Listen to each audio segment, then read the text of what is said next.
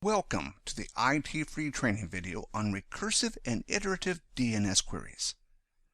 When a request is made to a DNS server to resolve a name, it is done using one of these query types.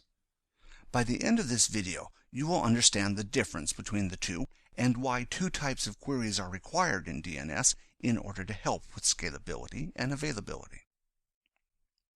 In this example, if a desktop computer attempts to resolve a DNS name, it will first check its local cache to see if it has been resolved previously.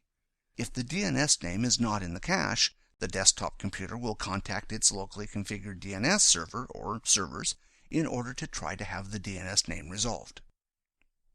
In order to resolve the request, the desktop will send what is called a recursive query to the DNS server. A desktop will normally have two DNS servers configured for redundancy.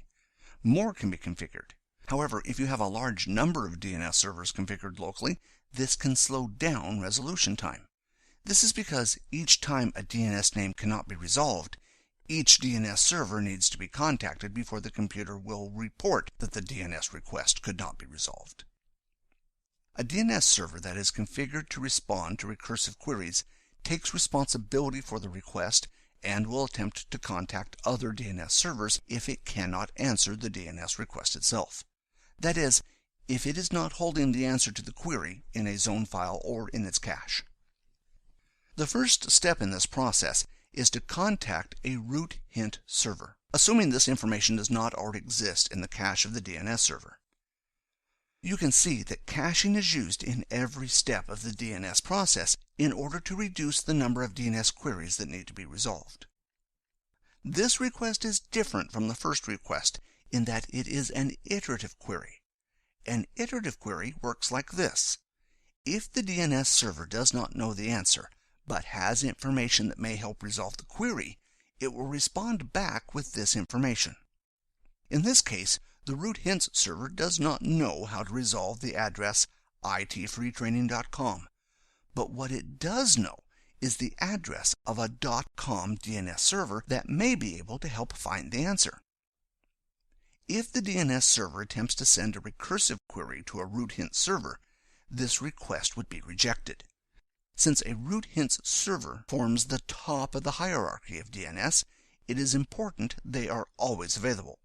For this reason, they cannot afford to get overloaded resolving DNS requests, and thus you can see why two types of DNS queries are required.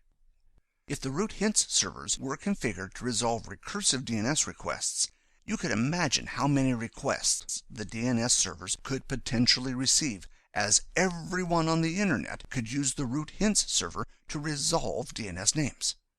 Because of this system of recursion, iterative queries, and DNS server caching, the root hints server only receives a small percentage of the overall DNS traffic on the internet, ensuring that they are always available. Now that the DNS server has the addresses of the .com servers, it will send a second iterative query to the .com servers asking if they know how to resolve itfreetraining.com. These DNS servers will also not know how to resolve itfreetraining.com. However, they will return the addresses of the authority DNS servers for itfreetraining.com. Using this information, the DNS server can send a third and final iterative query to the itfreetraining DNS server and obtain the IP address for itfreetraining.com. You can see that the whole process took 4 queries. One recursive query to the desktop's DNS server, a second one to the root hints server, a third to a .com server, and fourth to the itfreetraining authority DNS server. This may seem like a lot of queries for one address, but once the initial work is done, the results are stored in cache for each step. So, if the client was now to ask for the IP address of google.com from its local DNS server, the .com servers would already be stored in the cache. The DNS server does not need to contact a root hints server a second time, and this time will contact the .com server to obtain the address of the authority servers for google.com. When DNS servers are deployed on a network, some companies will choose to switch off recursion on certain DNS servers. For example, if a DNS server is on a protected secured network. A DNS server in this case should never be contacting the Internet directly. For this reason, recursion is disabled for additional security. Another common example is if a DNS server is holding authority zones. The companies want to maximize the responsiveness for answers from the DNS server for those authority zones. For this reason, recursion is switched off. This means the recursion queries will go to DNS servers that are dedicated for that particular purpose. For example, all ISPs should have DNS servers that are dedicated to resolving DNS queries. To sum up what was covered in this video, recursion is when the DNS servers take responsibility for name resolution.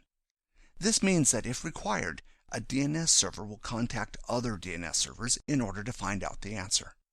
In contrast, iterative querying is when the DNS server responds to the request with the best information it has, either from its zone files or its cache. If it does not know the answer, it will respond back with any DNS servers that it knows of that may be able to help answer the query. If the DNS server does not know the answer and does not know of any other DNS servers that can help, it will respond saying the DNS query cannot be resolved. It does not attempt to contact other DNS servers in order to obtain the result. That covers it for recursive and iterative queries. By using the two together, this allows DNS to have a hierarchical nature while ensuring that DNS servers holding the answers are not overloaded and thus helps with reliability and scalability. Thanks for watching this video from IT Free Training. This video is only one of the free videos available in the DNS course. Other courses are available for free on our web pages or YouTube channel. Thanks for watching, and see you next time.